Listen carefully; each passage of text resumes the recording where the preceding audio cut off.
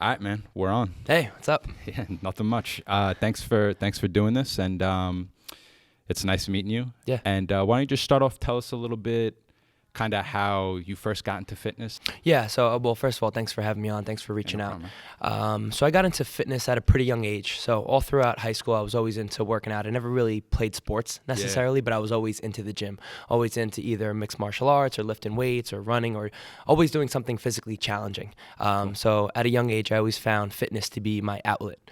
So whatever was going on in life, whether I was stressed or had things going on, I always turned to the gym to get my mind right, to kind of take on the rest of my day or the rest of my life. So fitness is a huge part of my life. So I was really interested in kind of making this my profession so I can provide other people with that same kind of mindset, that same escape, and to make it as important for other people as it was to me. Yeah, it clears that chatter, right? For sure. Like I feel like I'm one of those people. I have so much chatter in my head. Yeah. And there's only a couple of things, like you said, mixed martial arts, jiu-jitsu for me. And any kind of weight training just clears that chatter. Yeah, so jiu-jitsu is something I've gotten into. So right now I go to Long Island MMA, and I do a little bit of everything, but jiu-jitsu seems to be the most humbling for sure. Yeah, how long have you been doing that for? Not long. So I would always just mess around, nothing official. My buddy Kenny, so shout out to Kenny from Kyoto. He's big into it. He's a purple belt.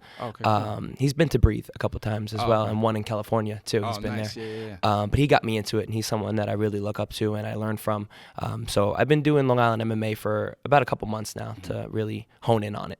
All right, cool. Yeah. And when did you start, like what age did you start lifting weights, just getting into fitness in general? I started at 12. Yeah, 12 years old. Yeah. So right after middle school, kind of. I was, I don't really know. I was never really good at sports, but I always liked working hard. I wasn't super athletic, but I knew how to work hard. I just didn't know where to direct that energy. So I found the gym, and then from there, I've been going ever since. Oh, that's cool. Yeah. Do you work out with just friends for sports, a little bit of both? Yeah, I try to go solo. It's like my time, you know? So it's my couple hours per day that I can just kind of shut off the world and focus on me. And it's important for me to have that time because I don't know, I'd probably be pretty cranky if I didn't have the outlet. You know? I know my wife, after a couple of days of me not working out, she probably doesn't want to be for around sure. me. Yeah, I'm not pleasant. So how did the whole like what gave you the idea to open up an Orangetheory? So before Orangetheory, I was in insurance sales, actually, believe it or not. So I know you're in the same industry. And I was doing a little bit of personal lines, so home and auto. And then I ended up working my way up to some commercial lines, and I was doing more hospitality clubs, nightclubs, things like that, restaurants, bars. And I was doing pretty well, and I was doing well for myself, but I wasn't fulfilled. I wasn't passionate about it. I kind of just thought, all right, this is the route I need to take. I need to get a job. I need to make money, and this is what I need to do. But I kind of found myself on the day-to-day becoming a little more complacent and not super happy. And I started to figure out that I was happiest most outside of work when I was working out or before work. So I was trying to figure out how to combine the two. And then I found Orangetheory. I found it online. I didn't really know what it was, but I saw they were looking for someone to do membership sales. I was like, all right, I'm in sales. You know, I love fitness, so maybe this is something I could do on the side. So I kind of applied, and right away I was selling memberships. I didn't really know the product necessarily, but I knew kind of what it was, and then I started taking class and I started to understand it more. And then since I was selling memberships, I was like, you know, let me become certified. Let me get my personal training certification, and let me see where I can take this. So I got my certification, and then they were doing something, they call it FitCert, where the coaches kind of go through a certification to become an Orangetheory coach. So you need two certifications, a personal training cert and then the Orangetheory certification. So during the certification, at the end, the outcome was that I ended up being a head coach for one of the studios in Bethpage, and which was awesome. So I was doing that for a while, and then I ended up working my way through, just kind of like what I did with insurance. And now I'm fitness director for a couple spots. Awesome. So we have Massapequa, we have Bethpage, here is Bayshore, and then Islip eventually.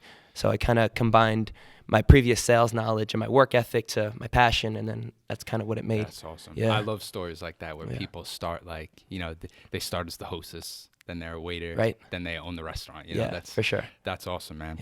So there's 4 locations right now. Deer Park is going to be in the works. So there's 3 physical locations, and then Islip and Deer Park would be next. Islip and Deer Park. Okay, cool. And if somebody came up to you and said, hey, what is Orangetheory? Yeah, that's the question I get all the time. How would you explain it? So there's a way to say it. There's like an official pitch, and then there's the way that I kind of explain it. So I guess in a nutshell, Orangetheory is a 1 hour full body workout. Okay. So every day is a completely different workout. You'll never do the same workout twice. Every workout is directed by a fitness coach. Okay. And as you can kind of see in the background, there's treadmills, there's rowers, and then in the background, there's a weight room station. Gotcha. So every station is numbered, and then when it's time to go around the room, you stick to the corresponding number. Okay, so just so everybody has their own, kind of like circuit training. So it is high intensity interval training, and it's heart rate based. Yeah. So everybody supposed to be best for cardio, right? Correct. Yeah, and it's best to kind of see your efforts on the screen. So we have big screens around the room, and everybody wears a heart rate monitor. And so there's different zones, different intensities that you want to be in. But the whole Orangetheory is you want 12 minutes or more in the orange and red zone combined. The orange and red, that's your anaerobic threshold. Okay. So if you're in that zone for 12 minutes or more within 1 hour, you achieve something called EPOC. It's this big fancy word, but it's excess post-oxygen consumption once you're done working out. So basically, if you put yourself in that anaerobic state for 12 minutes or more within that 1 hour, then 24 to 36 hours, you're still burning calories. Your body's still trying to replenish everything you depleted. It's still trying to get that core temperature down to its normal resting level. So that's kind of our goal here. Again, there's peaks and valleys, high intensity interval training. There's all different body types and different machines and different equipment that we use. But our goal is to really hone in on that high intensity aspect and that 12 minutes or more in that anaerobic threshold. Yeah, any type of interval training I've ever done, I feel like that's the best way to boost your cardio up. For sure. Even jiu-jitsu, let's say you do a 5-minute round and then you have like a 30-second break, then you go right into another 5-minute round. And you're just taxed at the end of it. It's tough, man. I feel like getting the heart rate up, getting the heart rate down, it's really good to kind of manipulate your metabolism. Yeah. And then at that point, you start getting rid of the excess body fat. You start putting on that lean muscle mass. Your heart gets a little bit stronger. You increase that VO2 max. So that's kind of what we're doing here. We try to train for longevity, and we try to do. I mean, the class is intense. It's super intense, but we also try to train a little bit smarter as well. So I like to say we train smarter and harder. Gotcha. That's good, because I was gonna ask you. You know how like CrossFit has that. Some people has that negative stigma that you're more prone to injury when you do it.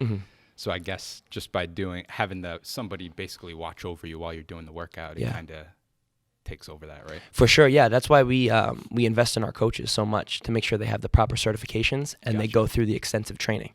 A couple things also that we have in the studio that's super beneficial. The treadmills, it's not like a traditional gym treadmill. They have something called the flex deck. So every time you kind of step on that treadmill, every time you put impact down on the belt, there's a little bit of give.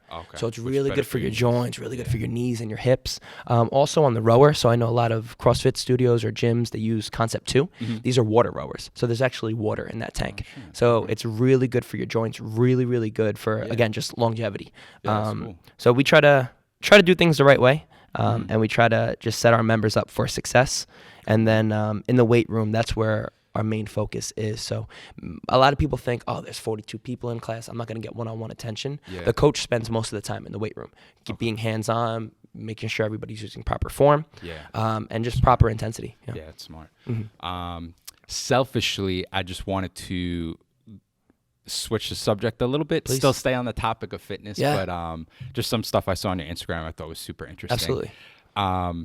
So I saw it was like David Goggins like stuff where you were doing some sort of where you had like one broken arm and you were doing rows. What was that all about? So every year we go through an Orangetheory convention. So it's the whole company comes together, and there's this one big fitness event called the Dry Try. And it's basically all walks of life, all these different coaches from all over the country, and they come together and they compete for time. So it's a distance on the rower, distance on the treadmill, and weight room reps. Gotcha. The morning before, unfortunately, it's not a cool story, but I ended up falling in the shower. Right? It's not cool. Everyone's like, how'd you fall? I was making up different stories throughout, but the real story is I fell in the shower. So, weird stuff like that happens all the time. Weird, I work out and train jiu-jitsu, and it's so funny because I was like doing laundry a couple weeks ago, and I literally bent over to pick clothes up off the floor and tweaked something in my back. Right. I'm like, is this real life? Yeah, right now? I know. It's so, I mean, I do all these crazy things, but the shower happened. So I ended up going to the hospital. I was in Austin, Texas. So I Ubered to the hospital, got an x-ray. So it was a little bit of a fracture. So they wrapped me up just for precaution. They're like, take it easy. I'm like, whatever, sure. And I was signed up for this fitness competition. So I was talking to the guy that kind of runs it, and I explained my story, and he was kind of saying, if you can get a replacement, that would be ideal. But if you can't, I understand. So he kind of knew where my mind was at. So I was like, I'm going to do it. Like I signed up. Let me kind of practice what I preach. So I'm big into mental toughness and big into get comfortable being uncomfortable. That's kind of my whole thing. And all the members know it. And people that train with me and they're around me, they understand that's what I'm part of. So I went and did it, and with one arm, and That's awesome, man. Yeah, the second thing I saw was I think it was like a 5-hour rowing. Yeah. Was it a 5-hour rowing Yeah, session? It was a 5-hour row. Yeah, what made you want to do that? I don't know either. It's just the whole, I like to be uncomfortable, man. Yeah, so I teamed up with the Challenged Athletes Foundation, and they provide resources to people that are physically challenged to still work out and do all these things, and they could provide like prosthetic legs or just assistance with things people that are not fully capable of doing the day-to-day things that you and I are capable of. So I found that foundation and I teamed up. So I did every certain amount of dollars I did to meters. So I kind of converted the money that I got into distance on the rower. Cool. And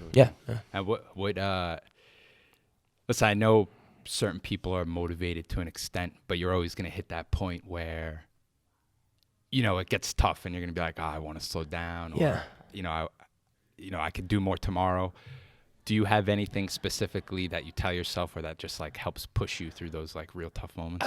So there's this cool quote that I heard. So you want to be uncommon amongst uncommon people. So I feel like the fitness industry or jiu-jitsu they're already pretty uncommon, these people that we encounter every day. They work hard. They're physically testing their limits versus people that necessarily don't. They go to work, they go home, they're pretty happy with their comfortable lifestyle. But I'm in an industry where I'm surrounded by all these uncommon people. So in my mind, I'm like, all right, what's going to set me apart? What's going to make me uncommon amongst already uncommon people? So I use that as kind of fuel and competition, and it just kind of gets me going. What you were talking about when you hit that wall, I call it the pain cave, and I love being in the pain cave. That's kind of where I thrive. So my workout starts once I get there, kind of thing. Yeah, that's cool, man. That's cool. Yeah. And then the last thing I wanted to bring up related to your Instagram was, I think it was a few years ago, but you worked out with CT Fletcher. Oh man, I'm glad you brought that up. Yeah, we're gonna be best friends after this podcast. I saw that. I was so excited. Yeah. So I wanted to ask you about that. What was that? You went to his gym? Yeah. So where was that? So it's in Metroflex, Long Beach, California. Okay. So this was a good amount of time ago. So this was when he wasn't CT Fletcher, this big fitness celebrity. I found him on YouTube with not a lot of views or likes or anything like that. Do you know Mike Rashid as well? That name sounds familiar. So him and CT, they work out together. Yeah. So I found them on YouTube, and I was just doing their workouts, and I was kind of copying them. Like I like their style, their grittiness, their like aggressive weightlifting style. And this was before like I was doing a ton of cardio. So this is when I was kind of like a meathead, just lifting weights. And I reached out to CT just on a whim, and I said, "Hey, I found you on Instagram. I'm a big fan of your style. If I'm ever able to come and train with you, let me know." And he was super cool. He's like, "Yeah, come by. Like we're here at this time. He's like, if you fly out and you're really dedicated, he's like, you can come work out with me." So I was like, done. So I booked a ticket, not really knowing anything. Never been to California. Never really traveled much. But I drove there. I flew there, and then I got a quick hotel. I Ubered over. And CT was there with his whole crew, and he's like, "You ready?" I was like, "I'm ready." How long was that workout? It was about 2 hours. It was 2 hours. I was sore for about 4 days, but it was very cool. It's definitely worth the experience for sure. That's awesome, man. Yeah. Were they still calling themselves Iron Addicts? Yeah. They were still. They do everything they do now. Just no one really knew about it. No one knew about it. That's so funny. What type of workout? They just had you kind of doing everything: cables, bench press. Yeah, so we did this thing called the Iron Marathon. Toughest thing I've done. So it's basically comes out to 210 reps on the bench. So you have a certain amount of weight. I think we did 175 with it, or 185, and you do 1 rep, racket, 2 reps, racket, 3 reps, racket, and you go to 20. So it's like 1, 2, all the way to 20 reps, and then you work your way back down. So at some point he was basically just low rowing the bar, spotting me, and I was just trying to push something up. And then I thought the workout was done after that, and he's like, "All right, we're good." So we started doing incline and cables, and he's like, "Let's do a little bit of arms." So I'm like, I can't not, I flew here, and I'm with CT Fletcher. I gotta bang it out. So again, it's just that mental toughness aspect. And he stayed with you the whole time, or was he kind of hopping around? No, man, he was with me. He basically was my training partner the whole time. He was super cool about it. Very down to earth. He ended up like giving me a shirt, and we were just talking, and we were cool. And after that, we would message each other and this and that. And Now he's a little bit more popular, so we don't really talk as much. But it was very cool. It was very nice of him to take the time out because I was young. I was still in high school, cool. And it was great. It was really, I was very impressionable, and he was a good like role model at the time in the industry. So it was very very cool for me. Yeah, it's cool. And then he got on that Joe Rogan podcast, and that's it, man. Now he forgot about me. Yeah. So last thing I wanted to, I know I'm kind of going back and forth a little bit, but last thing I wanted to bring up in regards to Orangetheory, what kind of separates you from like other gyms? Like I know you kind of have the circuit workout, and you have like you're kind of guiding the people through the workout, which I think separates yourself. But is there anything else that you think like really separates yourself from other gyms in the area? Yeah, I think the biggest thing is the community, like the camaraderie. Okay. So it's hard to explain. You would have to experience it when you're in class, but it's a lot of people at one time trying to accomplish a common goal. Not everybody has the same goal, but everybody kind of has a common goal. Yeah. And it's just the energy and the passion. It's very hard to explain, but it gives me kind of chills when I'm coaching, and it gets me really excited to do it. But it's people from all walks of life. So it's people that have all different backgrounds and stories, but everybody comes together for this 1 hour, and they put that aside, and then this is all that matters. Awesome. And it's just the energy and the passion, I think, is what really... It's just the strong sense of community. People are high-fiving each other. Good job. Hey, how you feeling? You're doing great. It's just, I think that's what sets everybody apart, and what keeps people coming back, and what people refer their friends and family to. Yeah, it's cool, and it gives you like a sense of accomplishment. I think that's similar with jiu-jitsu. When you go on the mats, you just meet all different types of people, insurance agent, a contractor, a principal, like all different types of people. So yeah, community is a big thing. I like that. Yeah. So let me ask you a question. How'd you get into jiu-jitsu? Because I'm super curious about that. I got into jiu-jitsu roughly like 4 years ago. Okay. And my uncle was the one who got me into it. He's a purple belt now. Okay. And I'm a 2-stripe blue belt. Nice. So basically, I was looking to join some sort of martial arts. I had no idea what to join at the time. And I was kind of just looking around, talking to some people, and my uncle's like, you just have to do jiu-jitsu. Trust me. He sent me a video, and it was funny. It was Kyoto at the time, and Kyoto used to have this intro video on their website, and it was basically kind of like the history of jiu-jitsu and how it started and everything. And I kind of watched that and looked into like the first UFC and stuff. Yeah, man. It just blew my mind. For sure. I was like, oh, I got to do this. Yeah, yeah. And then that's kind of how I got into it. I trained at Kyoto for a couple of years. I really liked it. Oh, you did? Okay. Yeah, but then I moved, and Breathe was just a better option for me commute-wise. Absolutely. And that's kind of how I got into it. But I love it, man. So many different people clearing the chatter. There's no chatter. When you're doing jiu-jitsu, you don't even have the capacity. You don't have time to think. Yeah, you don't have the capacity trying not to to get think killed. about anything else. Exactly. You're just surviving. Yeah. So, that's kind of how I got into it, man. Nice, man. And you're going pretty often, a couple days a week? Yeah, I mean, listen, I try to go at least twice a week, but I'm not like, I don't go twice a day or 5 times a week. I try to go twice a week when I can. Do you supplement weightlifting, functional training, cardio on your own time as well? Yeah. Generally on days that I'm not doing jiu-jitsu, I'll try to I mainly do like kettlebell workouts, and I have a pull-up bar in my house. That's kind of what I do. I don't really go to the gym. It just saves me a lot of time. Yeah. I like to bang out workouts like early in the morning. Gotcha. Just starts my day off right. Yeah. Like how early we talking? Like 4:30. Nice. Yeah. My man. Dude, I don't know. There's just something about it that there's no one in your ear. There's no one bothering you. You're not getting any emails or text messages. The wife's asleep. I love it. It's just a good time, our first class starts at 5 a.m., so I'm up every day at 3:30. Oh, okay. And it's weird being up at that time. It feels like the middle of the night. Yeah. But there's something calming about it. Yeah, and, right. It's like you would think sometimes it is tough to get up. For sure. But if you, like you said, you kind of have that vision and that long goal in mind, it makes it pretty easy. Yeah. And it's just. Yeah, that's your alarm clock, your internal alarm clock. Yeah, exactly. For sure. So last thing, when does I know we kind of talked about it a little before we started the podcast, but when is the Bayshore location planning on opening up roughly? Yeah, so construction's pretty much done. So right now we still are offering pre-sale rates. So pre-sale rates are discounted a little bit more than the normal studios on Long Island. So the studios that are open and established have a certain rate. Okay. And then the studios that are brand new corporate gives them access to offer lower discounted rates to get members in. Okay, cool. So those rates are still available. And we're doing a pre-sales party, we're calling it. So we'll have people coming in, and there'll be promotional items and reasons to sign up, refer, and receives. And that's going to be on Saturday. And that's going to start at 2 o'clock. All right, awesome. And then we got a few more things to work out. We're going to get some coaches in here. We're going to get a few more things all set up before we officially open. But figure the first week of January is when we're going to get started. All right, cool. Yeah. And then if someone wants to reach out to you on social media or through email, what's the best way they can reach out to you? Yeah, at OTF Bayshore. Okay. They can find us on Instagram, OTF Bayshore on Facebook. And I'll grab the phone number for you guys, and then we'll be good. All right, cool, man.